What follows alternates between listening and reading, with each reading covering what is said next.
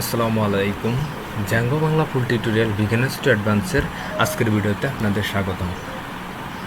গত ভিডিওতে আমরা দেখেছিলাম কিভাবে হচ্ছে যে ইউআরএলস কাজ করে, কিভাবে ইউআরএলস কল করতে হয়, ওই বিষয়গুলো গত ভিডিওতে আমরা দেখেছিলাম। আজকের ভিডিওতে আমরা দেখব কিভাবে লিঙ্ক হাইলাইট করতে হয়, কিভাবে ন্যাভবারের লিঙ্কগুলো হাইলাইট করতে হয়, এই বিষয়গুলো আজকের ভিডিওতে আমরা দেখব। চলুন তাহলে শুরু করা যাক।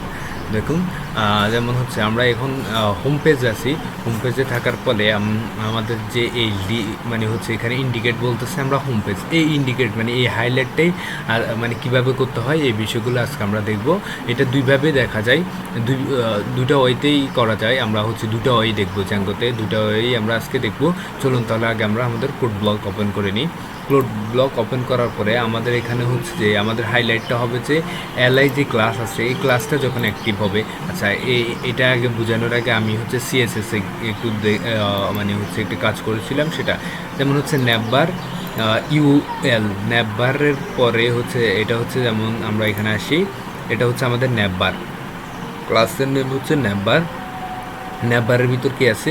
ইউএল, ইউএলের ভিতরে এলআই, এলআই যদি অ্যাক্টিভ হয়, এলআই যদি অ্যাক্টিভ হয়, যেমন ন্যাভবার ইউএল অ্যাক্টিভ যদি অ্যাক্টিভ হয়, মানে এটার ভিতরে যে এটা আছে এটা যদি অ্যাক্টিভ থাকে তখন এটার ব্যাকগ্রাউন্ড করে দিতে বলছি আমরা হচ্ছে গ্রিন। এখানে আমরা ব্যাকগ্রাউন্ড কালারটা দিয়ে দিছি। এটা হচ্ছে আমাদের সিএসএস পোর্শন। তাহলে সিএসএস পোর্শনটা এখানে আমরা বুঝলাম। এখন আমরা আসি আমাদের এই যে অ্যাক্টিভ কীভাবে করতে হয়, সেটা কীভাবে কল করতে হয়। এটা দুইভাবে কল করা যায়। আমরা হচ্ছে একটা হচ্ছে কন্ডিশন বেস করব, আর একটা হচ্ছে কনটেক্সট বেস করব। তাহলে প্রথমে কন্ডিশন বেসটা দেখি। কন্ডিশন বেসে হচ্ছে আমাদের হচ্ছে কন্ডিশন ইউজ করতে হবে।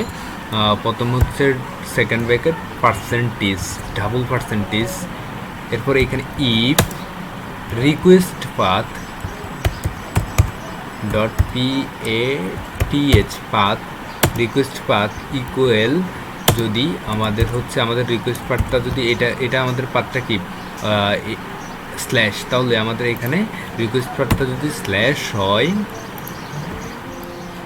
এখানে হচ্ছে মাথায় রাখতে হবে এখানে ডাবল দেওয়া যাবে না, যেহেতু আমাদের ক্লাসের ভিতরে আমরা হচ্ছে ডাবল কোটেশন দিলাম, এখানে সিঙ্গেল দিব। যদি এটা হয় তাহলে আমাদের এটা হবে যে অ্যাক্টিভ, এবং এটাকে আমাদের ইন্ড ইফ করে দিতে হবে, যে আমাদের এখানে ইফটা হচ্ছে ইন্ড হবে, মানে আমাদের কন্ডিশনটা ইফ হবে, ইন্ড ইফ আমাদের কন্ডিশনটা ইফ হবে। তাহলে যদি আমাদের হচ্ছে ইউআরএল যে রিকোয়েস্টেড ইউআরএল যে পাথটা আছে ওইটা যদি এই পাথটা হয়, তাহলে আমাদের এটা হচ্ছে ক্লাসটার নাম অ্যাক্টিভ করে দিবে। আচ্ছা, তাহলে আমরা চলুন আমরা আমাদের কোডে যাই। সেভ করলাম, সেভ করার পর আমাদের রানেবল কোডে আমরা এটা একটু এখন দেখেন। আচ্ছা, এখানে যখন আমরা কন্ট্যাক্ট দিচ্ছি তখন নাই, যখনই আমরা আমাদের ব্লগ ক্লিক করতেছি দেখেন মানে হচ্ছে আমাদের ইউআরএলটা এখন স্ল্যাশ, তাই আমাদের এটা অ্যাক্টিভ দেখাচ্ছে যে আমাদের এটা অ্যাক্টিভ। তার মানে আমাদের কন্ডিশনটা কাজ করেছে। এখন আমরা আমাদের কন্ডিশনগুলো পরেরগুলোতে ইউজ করব। যেমন হচ্ছে আমরা আমাদের অ্যাবাউটের জন্য ইউজ করব কন্ডিশনটা। তাহলে আমাদের এটা হচ্ছে কন্ডিশনটা ডিরেক্ট কপি করে নিই, কপি করে নিলে সুবিধা হবে। এখান থেকে এই কন্ডিশনটা এতটুকু কপি করে নিলাম। কপি করার পরে আমাদের অ্যাবাউটের এখানে এটা পেস্ট করলাম। এখন আমাদের এখানে যে এই ইউআরএলের রিকোয়েস্ট পাথ যেটা আছে, এখানে স্ল্যাশের পরিবর্তে আমরা স্ল্যাশ অ্যাবাউট দিয়ে দিই, আবার স্ল্যাশ। যদি এটা হয় তাহলে এখন দেখেন এই যদি আমাদের পাথটা এটা হয় তাহলে এটাতে হবে। এটাকে আবার এখানে কপি করে দিই, এটা হচ্ছে কন্ট্যাক্টের মতো কপি করে দিই, জাস্ট এখানে স্ল্যাশের জায়গা হবে স্ল্যাশ কন্ট্যাক্ট স্ল্যাশ। আচ্ছা, তাহলে এখন সেভ করে আমাদের কোডে চলে যাই। আচ্ছা, কোডে চলে আসলাম, এসে রিফ্রেশ দিলাম। রিফ্রেশ দিয়ে এখন হচ্ছে আমাদের শুধু স্ল্যাশে আছে, এই জন্য ব্লগে দেখাচ্ছে।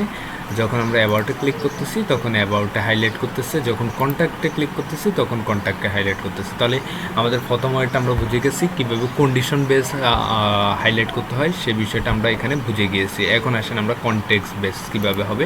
কনটেক্সট বেস হচ্ছে আমাদের হচ্ছে ভিউজ ফাইলে চলে যেতে হবে। ভিউজ ফাইলটাতে আমাদের চলে যেতে হবে, যেখানে আমাদের মেথড আছে। আচ্ছা, এখানে আসছি। এখন এখান থেকে আমাদেরকে কনটেক্সট পাস করতে হবে। এটা আমরা চাইলে পরে বলতে পারতাম, বাট আমি এখানে বলে দিচ্ছি। যখন হোম মেথডটা কল হবে তখন আমাদের হচ্ছে context টেক্সটের ভিতর দিয়ে কনটেক্সট এর ভিতরে আমরা জিনিস পাস করব হচ্ছে active active is equal to আমরা পাস করব অ্যাক্টিভ, এটা আমরা পাস করব। আর এখানে আমাদেরকে বলে দিতে হবে যেটা পাস করতেছি কনটেক্সট, তাহলে এটা আমরা পাস করতেছি, এটা হচ্ছে এই কনটেক্সটটা আমরা সবগুলো ফাংশানে দিয়ে দেবো। এটা আগে শেষ করি তারপর বলতেছি এটা কিভাবে কাজ করবে। এটা এখানেও দিয়ে দিব, এখানে দিয়ে দিব, আর এখানে বলে দিব এটা কনটেক্সট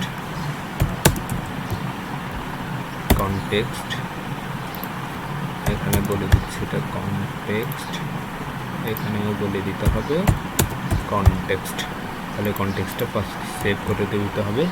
তাহলে এখানে আমরা কি করেছি, এখানে হচ্ছে আমাদের একটা কনটেক্সট নিয়েছি, কনটেক্সটের যে পোর্শনটা মানে ভেরিয়েবলের নাম দিলাম আমরা অ্যাক্টিভের ভিতরে যে ডাটা রাখলাম ওটাও অ্যাক্টিভ। এখন এটা হচ্ছে আমরা কি করতেছি, পাস করতেছি আমাদের হেডারে। আগে ছিল কি কন্ডিশন বেস, এখন আমরা এই পুরো কন্ডিশনটা কাজ করে দেব, ক্যান্সেল করে দিয়ে ডাবল সেকেন্ড ব্র্যাকেট দিয়ে শুধু অ্যাক্টিভ লিখব। এটা এখানে কোন অ্যাক্টিভটা লিখতেছি সেটা বলতেছি, আগে এটা শেষ করে এটা কেটে দিচ্ছি আমরা অ্যাক্টিভ। আচ্ছা, অ্যাক্টিভ না লিখে আমরা অন্য কিছু এখানে লিখি, জাস্ট তাহলে বুঝবেন আরও সুবিধাতে। জাস্ট অ্যাক্ট লিখি, অ্যাক্টিভ না লিখি, এটা বোঝানোর জন্য, জাস্ট বোঝার জন্য।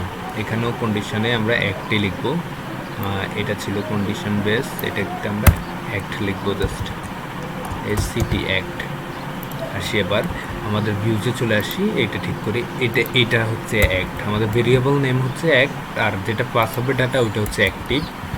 আচ্ছা, অ্যাক্ট করে দিচ্ছি সবগুলোতে অ্যাক্ট। আচ্ছা, সেভ দিলাম, হেডারে এখানে সেভ দিয়ে দিলাম,